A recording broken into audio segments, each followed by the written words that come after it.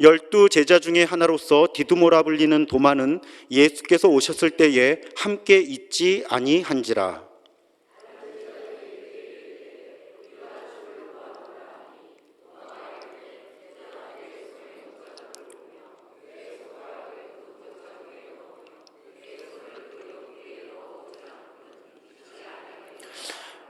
여드레를 지나서 제자들이 다시 집안에 있을 때에 도마도 함께 있고 문들이 닫혔는데 예수께서 오사 가운데 서서 이르시되 너희에게 평강이 있을지어다 하시고,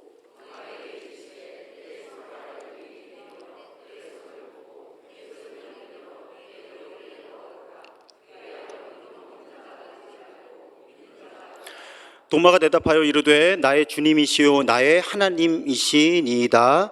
예수께서 이르시되 너는 나를 본고로 믿느냐?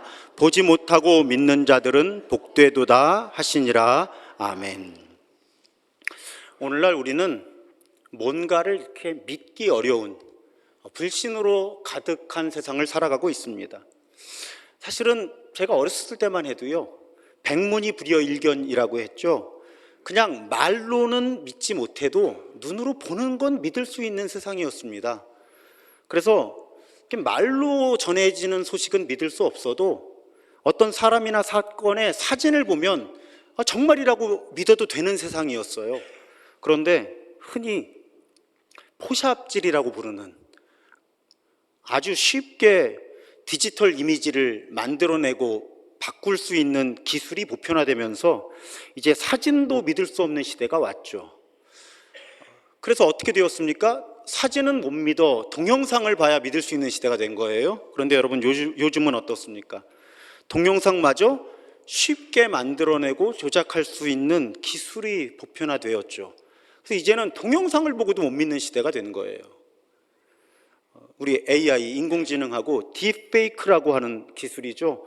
아주 이런 불신의 시대를 가속하고 있습니다. 우리 며칠 전에 늑대 한 마리가 동물원을 탈출했는데 여러분 보셨죠? 언론이나 PC에서 이렇게 늑대 한 마리가 거리를 이렇게 활보하는 사진. 알고 보니까 그게 조작이라고 하더라고요. 그리고 최근에 이름 대면 많은 국민들이 아는 어떤 의사분이 유튜브 채널을 만들고 거기에서 의학 강의를 하는데 우리가 보편적으로 알고 있던 의학 지식이 아니어서, 근데 이제 그분이 워낙 공신력이 있는 분이니까 구독자를 아주 빠른 시간에 확보했죠. 근데 그것도 인공지능으로 만든 가짜 동영상이고 그 내용들 역시 근거가 없다고 하는 것이 입증이 되었습니다. 그러니까 여러분, 이제 우리가 사는 세상은 불신의 시대예요. 음치도 가수를 할 수 있는 세상이지 않습니까? 컴퓨터가 다 만들어줘요. 음정도 맞춰주고. 그리고 아무리 유명한 사람이 나와서 이야기를 해도 의심을 할 수밖에 없어요. 여러분, 의심을 하시라고 설교해야 되는 시대가 된 거예요. 이제 선거를 앞두고 있잖아요. 지방선거. 이제 이런 일이 더 우리를 흔들겠죠. 특히 이제 교회가 가짜 뉴스의 온상이라고 하는 비판을 지금 우리가 받고 있기 때문에 이런 상황에서 우리가 정말 가짜 뉴스, 무엇이 진짜인가 하는 것들 잘 분별할 수 있도록 그렇게 주의를 기울이고 노력을 해야 되는 그런 세상을 우리가 살아가고 있습니다. 그런 우리가 오늘 의심의 아이콘이라고 할 수 있는 도마를 다시 만나는 거예요. 제가 지금 도마를 다시 만났다라는 표현을 한 이유는 작년 부활절 두 번째 주일에도 우리가 도마를 만났었기 때문입니다. 그때 설교의 주제는 도마가 의심을 디딤돌 삼아서 예수님이 하나님이시라는 신앙 고백에 이르게 되었습니다. 그래서 여러분, 의심이라고 하는 것은 반드시 나쁜 것만이 아니라 사실은 옳고 그른 것을 분별하게 하고 더 나은 실체를 파악하게 하는 데 있어서 아주 의미 있는 도구가 될 수 있습니다. 그런 취지의 설교를 작년 부활절 두 번째 주일에 드렸어요. 초등학생 한 친구가 스승의 날에 저한테 카드를 보내면서 본인이 의심이 많아서 고민하고 있었는데 그 설교를 듣고 아주 마음이 평안해졌다고, 고맙다고 초등학생이 저에게 그런 카드를 보내주기도 했었습니다. 오늘 그러면 이 도마를 통해서 우리는 어떤 걸 깨달아 갈 수 있을까? 저는 오늘 도마 이야기가 요한복음에 포함된 과정에서 성령께서 의도하신 다른 측면을 좀 살펴보려고 해요. 오늘 살펴보려고 하는 본문의 의도는 29절에 드러납니다. 새 번역이에요. 예수께서 도마에게 말씀하셨다. 너는 나를 보았기 때문에 믿느냐? 나를 보지 않고도 믿는 사람은 복이 있다. 자, 도마 이야기의 마지막에서 예수께서 마음에 두신 사람들이 있었어요. 예수님 이렇게 마음에 두신 어떤 사람들인가? 자, 이제 예수님이 이 땅에 계시는 동안에는 사람들이 예수님을 눈으로 보고 믿었단 말이죠. 근데 이제 예수님께서 승천하실 거잖아요. 그럼 이제 예수님을 눈으로 보고 믿을 수 있는 가능성은 이 땅에서 사라져 버리는 거예요. 자, 도마, 예수님을 보지 못해서 믿지 못했는데 예수님을 눈으로 보게 되었을 때 믿음을 회복하게 됐고 예수님이 하나님이시라는 고백에 이를 수 있었거든요. 근데 이제 예수께서 승천하시고 나면 이 땅에서 그렇게 예수님을 눈으로 보면서 믿게 될 가능성 자체가 사라져 버리는 거죠. 예수께서는 그런 사람들을 격려하시기 위해서 이 말씀을 하셨고 요한복음의 저자는 성령의 감동 가운데 이 말씀을 기록을 한 거예요. 우리 교회 교인 되시기 힘드시죠? 복잡해서 여러분, 요한복음이 기록된 시점이 언제일까? 대략 학자들이 서기 90년 정도로 봐요. 복음서 가운데 제일 늦어요. 그러니까 요한복음에 기록된 사건이 일어난 시점과 요한복음이 기록된 시점 사이가 대략 60년이라는 거죠. 그러면 요한복음이 기록되던 시점을 살았던 사람들 중에는 예수님을 눈으로 볼 수 있는 사람이 없어요. 아무도 없어요. 그런 상황에서 그리스도인이 되고 그리스도인으로서의 믿음을 지키는다는 것이 여러분 얼마나 어려운 일이었겠어요? 그런 그리스도인들의 믿음을 격려하는 것이 오늘 본문이 기록되어서 요한복음에 포함된 중요한 이유였다는 거예요. 그러고 보면 여러분, 성서전과의 본문이 구약 하나, 신약 하나, 복음서 하나, 시편이거든요. 오늘 성서전과의 신약 본문이 베드로전서 1장인데 거기서도 성도들을 이렇게 격려합니다. 사번역으로 8절과 9절을 보면 여러분은 그리스도를 본 일이 없으면서도 사랑하며, 벌써 베드로전서라고 하는 편지를 받는 사람들 중에도 그리스도를 만난 적이 없는 사람들인 거예요, 다. 그런데 그리스도를 본 일이 없으면서도 사랑하며 지금 그를 보지 못하면서도 믿으며 말로 다 표현할 수 없는 즐거움과 영광을 누리면서 기뻐하고 있습니다. 바로 그 과정이 믿음의 목표, 곧 여러분의 영혼의 구원을 받고 있는 것입니다. 그러니까 베드로전서라는 편지를 받는 사람들도 그리스도를 본 일이 없으면서도 그분과 신뢰와 사랑이라고 하는 친밀한 관계를 맺는 즐거움과 영광을 누리면서 기뻐하는 사람들이 있었고요. 베드로전서는 바로 그런 사람들에게 지금 여러분이 바로 그런 모습, 그리스도를 본 적도 없으면서 신뢰하고 사랑하는 바로 그 모습이 구원의 과정을 드러내고 있는 것입니다 라고 그렇게 격려하고 있다는 거예요. 그러면 여러분, 오늘 성서전과 본문, 요한복음의 도마 이야기도 그렇고요, 베드로전서를 통해서 주어지는 격려도 사실은 우리 모두를 위한 거예요. 자, 여기서 예수님을 눈으로 보신 분, 아무도 손들면 안 되는데, 여러분, 우리 예수님을 눈으로 본 사람 없죠. 뭐 이렇게는 고백할 수 있죠. 마음의 눈으로 예수님을 배웠습니다, 혹은 뭐 영적인 눈으로 예수님을 배웠습니다라고 말씀하실 수는 있을 거예요. 그런데 우리 가운데 눈으로 보고 예수님을 믿는 사람 아무도 없어요. 근데 오늘 요한복음의 본문도 베드로전서의 본문도 그런 우리를 격려해 주시는 거예요. 보지도 못한 나를 믿어줘서 고맙다. 보지도 못한 나를 따라줘서 고맙다. 그것이 오늘 본문이 우리에게 주어진 의도인 거죠. 그래서 여러분, 사실 믿음이란 참 신비한 거예요. 여러분, 신비, 사전적 정의가 무엇입니까? 우리 사람의 이성이나 경험으로 분명하게 설명하기 어려운 현상을 우리는 신비라고 불러요. 근데 여러분, 우리가 믿음을 가진 게 신비예요. 표정들을 딱 보니까 어쩌면 그렇게 일부 예배하고 똑같으세요? 어떤 느낌인가 하면 지금 예배하시는 분들의 대부분이 이미 믿음을 가진 지가 굉장히 오래되신 거예요. 그래서 내가 가진 믿음이 신비하다고 하는 말이 지금 와닿지 않으세요. 적어도 지금 80%에서 90%의 예배자가 믿음이 신비입니다 하는데 전혀 감동이 없으시거든요, 표정에. 근데 여러분 설명을 좀 잘 들어보세요. 여러분, 신이 존재한다고 믿는 것, 그것도 그 신이 전지전능한데 선하기까지 한 절대자라고 믿는 것 자체가 사실은 신비한 일이에요. 여러분, 이 세상에서 일어나는 수많은 비극들을 보세요. 전쟁 같은 거, 특히 자연재해. 우리가 그런 이 세상에 일어나고 있는 비극들을 생각한다면 어떻게 전지전능하면서 선하기까지 한 절대자를 여러분 인정하실 수 있으세요? 둘 중에 하나는 포기해야 되는 거 아닌가요? 신이 존재하더라도 전지전능하다면 적어도 그 신은 선하지 않은 거 아니야? 그러니까 이 세상에 이렇게 비극이 끊이지 않는 거 아니야? 아니면 신이 선하기는 한데 혹시 전능하지 않은 거 아니야? 그래서 이 세상에 비극이 끊이지 않는 거 아니야? 여러분, 이게 합리적이지 않나요? 신이 전지전능한데 선하기까지 해. 그런 절대자가 존재한다는 걸 인정하는 거 여러분 쉽지 않아요. 그래서 제가 신비라고 부르는 거예요. 이건 논리와 합리의 범위를 넘어섭니다. 게다가 세상에 존재하는 수많은 종교 가운데 기독교의 신을 선택하는 것도 신비해요. 특히 우리나라처럼 기독교가 외래 종교인 상황 속에서 더 그렇죠.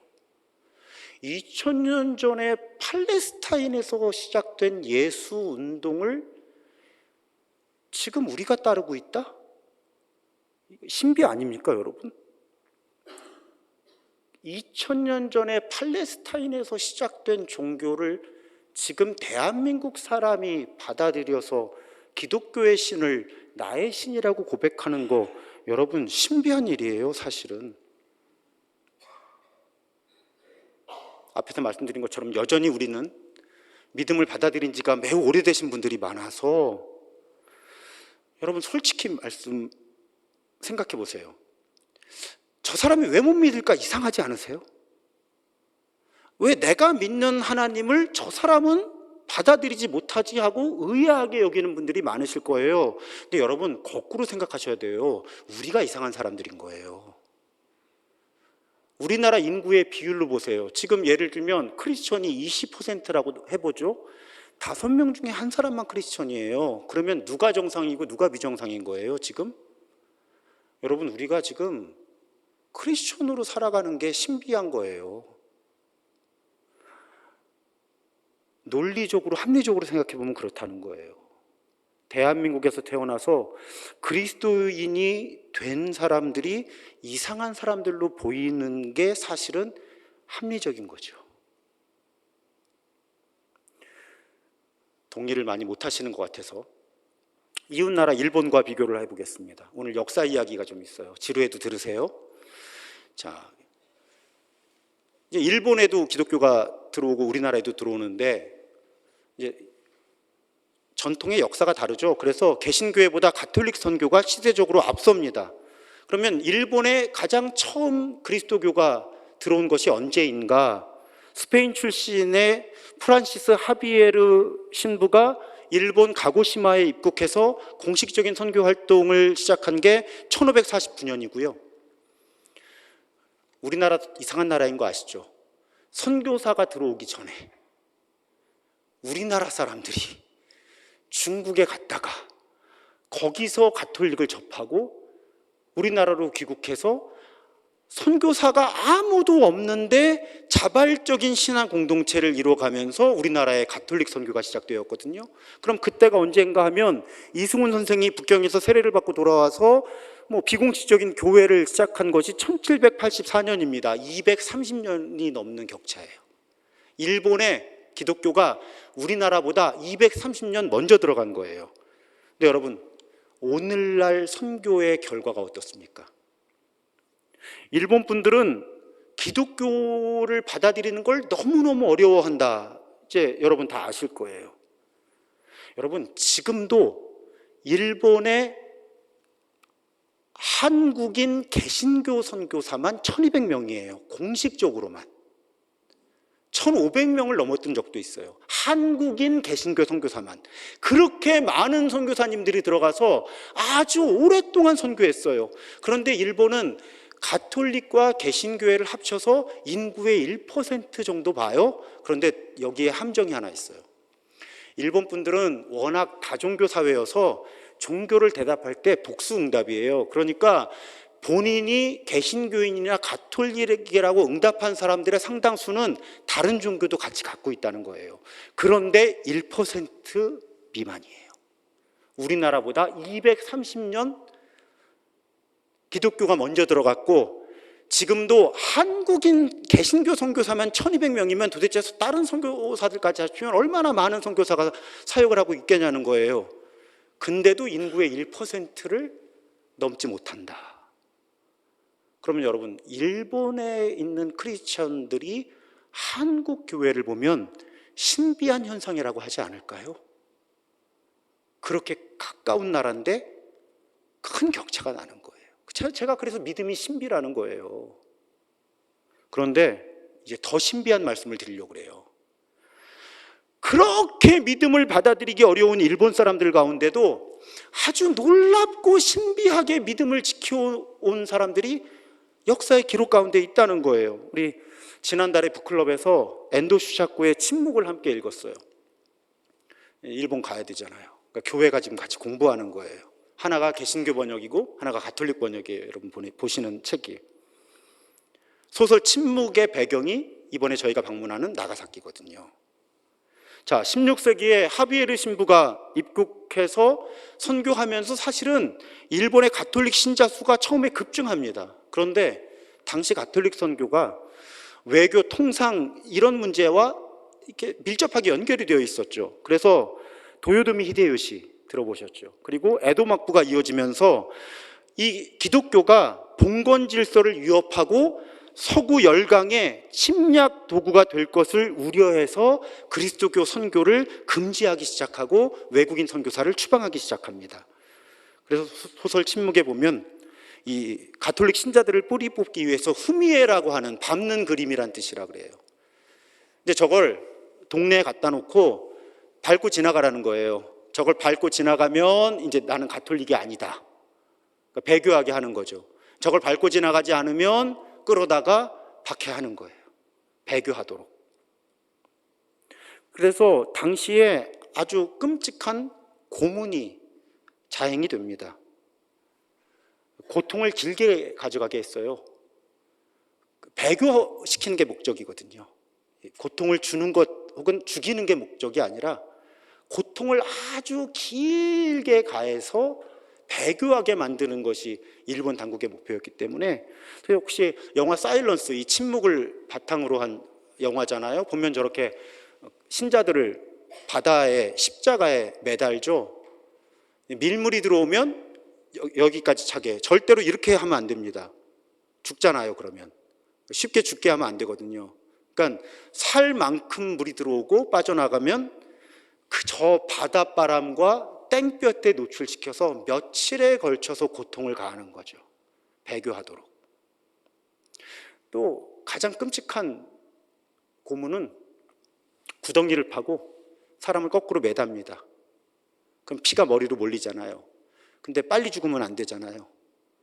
그래서 귀 뒤에 작은 구멍을 뚫어서 피가 똑똑 떨어지도록 며칠에 걸쳐서 고통 속에 배교를 선택하거나 순교하게 하는 거죠. 사실은 십자가 처형보다 훨씬 고통스러운 그런 고문을 이제 가톨릭 신부들과 신자들에게 가하는 거예요. 특히 유럽에서 온 신부들, 후미에를 거부하죠. 신부님들이잖아요. 내가 배교할 수 없다, 믿음을 지키겠다, 후미에를 거부하면 어떻게 합니까? 그 신부를 따르던 신자들을 아까 말씀드렸던 바다에 십자가에 매달아 놓거나 구덩이를 파고 거꾸로 매달고 귀 뒤에 구멍을 내서 피를 흘리게 하는 거죠. 신부들은 순교를 선택할 거니까, 신부들이 배교하게 하려니까 신부들이 사랑하고 아끼는 신자들에게 끔찍한 고문을 가해서 신부들로 하여금 배교하도록, 그런 박해의 역사가 이어지는 거예요. 이제 그러다 보니 일본 신자들의 영적인 지도자가 되어줄 신부들이 모두 추방을 당하거나 배교를 하면서 이제 일본 땅에 가톨릭이 사라지는 것처럼 보였던 시대가 있었습니다. 일본에 입국한 외국인 선교사가 마지막 순교한 기록이 1714년으로 되어 있어요. 근데 이제 세월이 흘러서 일본의 가톨릭은 소멸한 것으로, 한 140년이 지난 다음에 1853년에 도쿠가와 막부가 마침내 쇄국 정책을 버리고 개항을 합니다. 그래서 또 10년쯤 지나서 1864년에 프랑스 신부들이 나가사키로 들어가서 오우라 천주당을 건립하는 거예요. 성당이죠, 오우라 천주당. 하지만 그때에도 외국인에 대한 신앙의 자유는 보장이 되었어요. 지금도 많은 공산주의 국가, 사회주의 국가들이 그렇잖아요. 외국인에 대해서는 신앙의 자유를 허용하지만 자국인들에 대한 선교는 허락하지 않는, 당시에 일본이 그랬던 거죠. 그러니까 신부들이 들어와서 오우라 천주당을 건립을 했는데 외국 사람들에게 선교하고 같이 미사를 하고 교회를 이룰 수는 있는데 일본인들에게는 선교할 수 없었던 거예요. 그런데 놀라운 사건이 일어나죠. 1865년 3월 17일에 10여 명의 가톨릭 신자들이 나타납니다, 그 성당에. 그래서 이렇게 어록이 기록되어 있어요. 그 신부님을 향해서 우리의 마음은 당신과 같다, 이렇게 말을 했다는 거예요. 우리의 마음은 당신과 같다. 그러니까 본인들이 가톨릭 신자라고 하는 것을 그렇게 표현한 것입니다. 이제 가톨릭 신자들이 일본에 남아 있었다라고 하는 실체가 드러난 거예요. 이런 분들을 잠복 기리스탄이라고 부릅니다. 숨어서 믿음을 지켰던 크리스천들이에요. 여러분, 정말 신비한 일 아닌가요? 지금 일본의 마지막 신부가 순교하고도 150년이에요. 일본의 가톨릭 박해가 시작된 시점에서 따지면 무려 250년이에요. 그동안 신앙을 가르쳐줄 신부가 없었어요.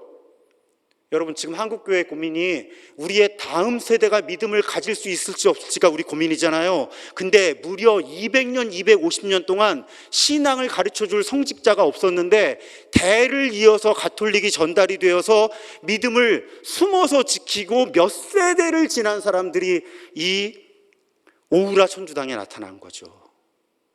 이건 신비한 사건 아닌가요?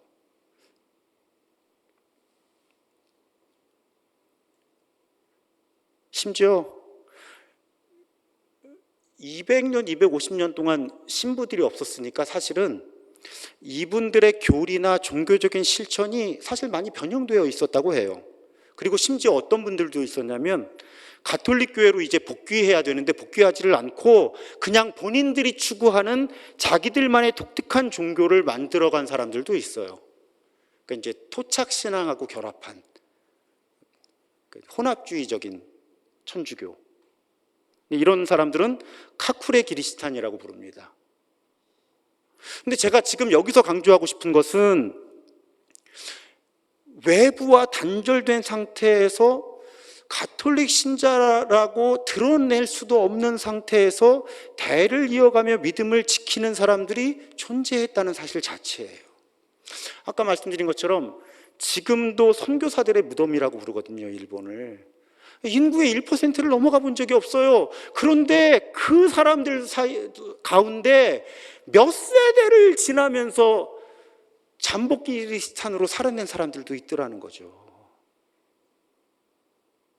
그리고 사실은 그 1%도 안 되는 일본인 크리스찬들 중에 세계적인 문학가도 나오고 신학자들도 나오고 계속 배출되어 온 거예요. 저는 일본 선교를 하면서 또 이번에 일본 기독교 역사 탐방을 준비하면서 이렇게 일본 크리스천들의 모습을 보면 정말 우리가 믿음을 갖는다는 것과 믿음을 지킨다고 하는 것이 신비구나 고백할 수밖에 없는 거예요.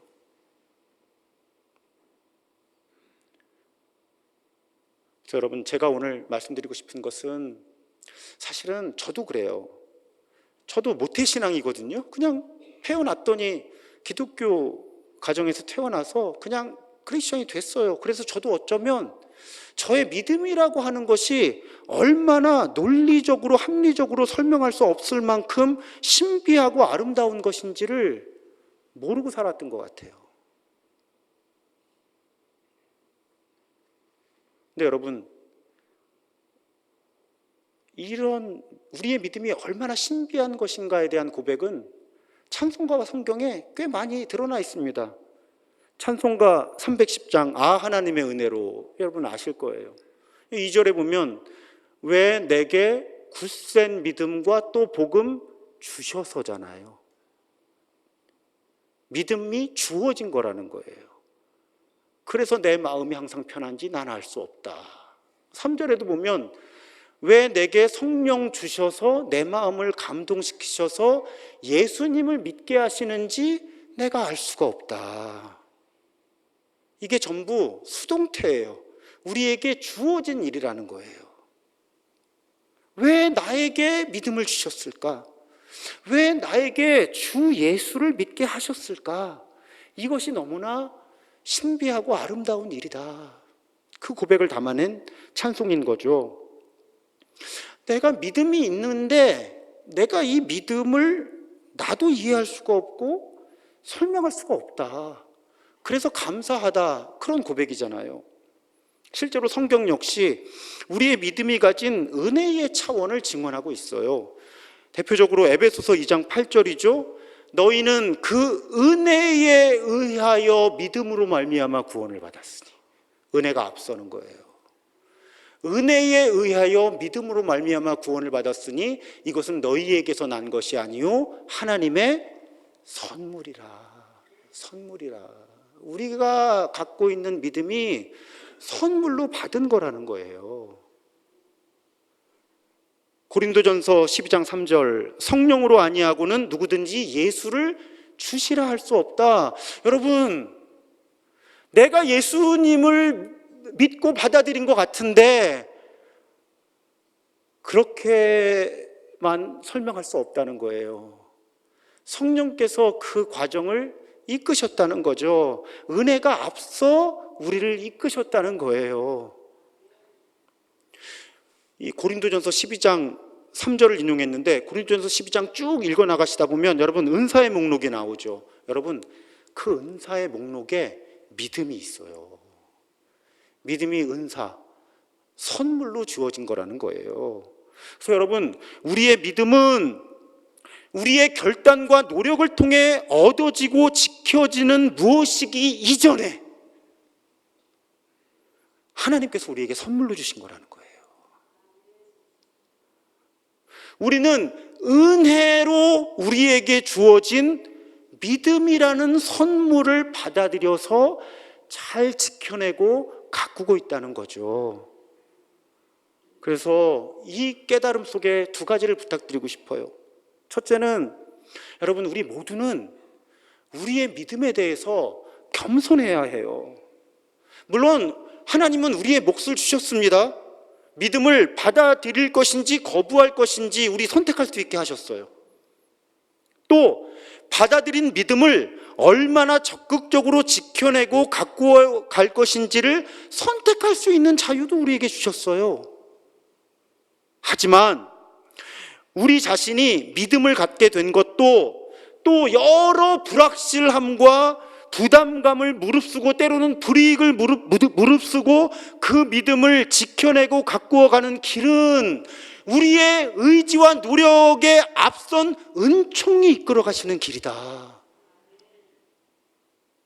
그래서 겸손해야 되는 거예요. 겸손해야 되는 거예요. 좀 표현을 거칠게 한다면 내가 잘나서 믿는 게 아니에요. 내가 잘나서 믿음이 좋아지는 게 아니에요. 은혜가 나를 이끌고 가시기 때문에, 그래서 내가 믿게 된 거고 지금도 믿고 있는 거예요.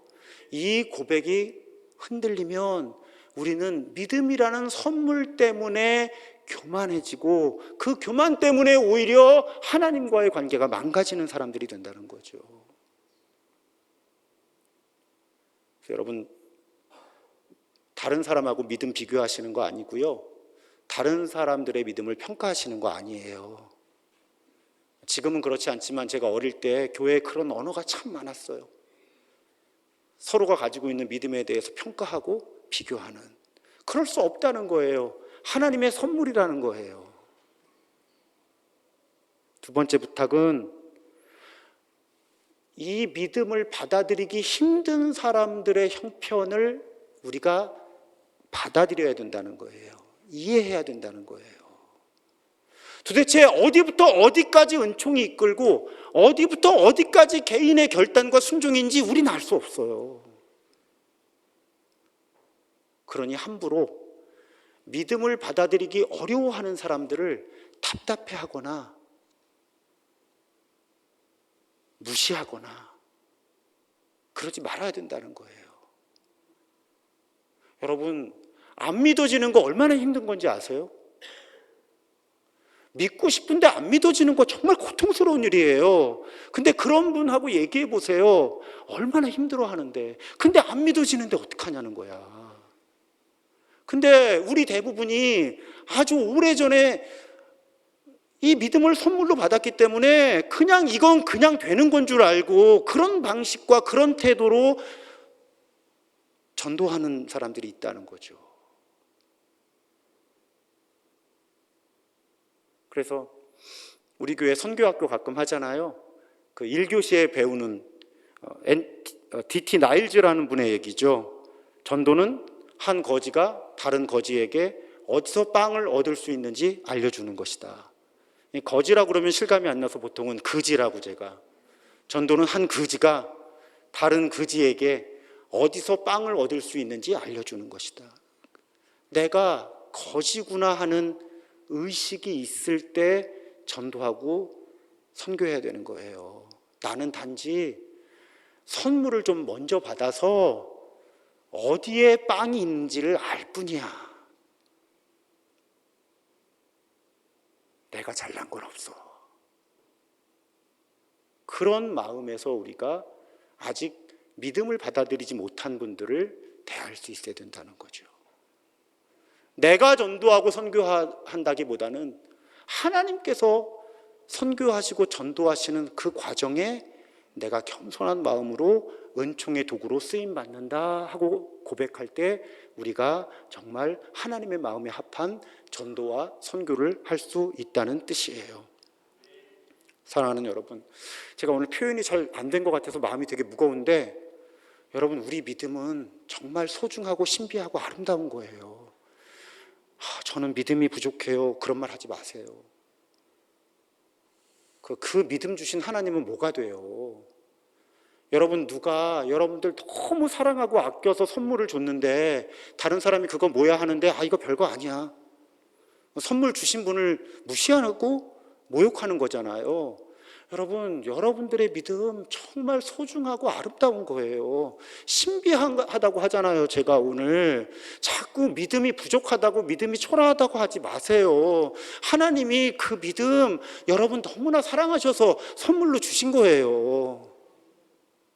정말 아름다우고 소중한 선물을 받은 거거든요. 우리 적어도 우리 그거 알고 살자고요. 내가 이만큼 믿는 거마저도 얼마나 하나님이 나를 사랑하시고 아끼셔서 주신 선물인가. 그리고 겸손하게 그 선물 받아서 아직 이 선물 모르는 사람들하고 나누는 거죠.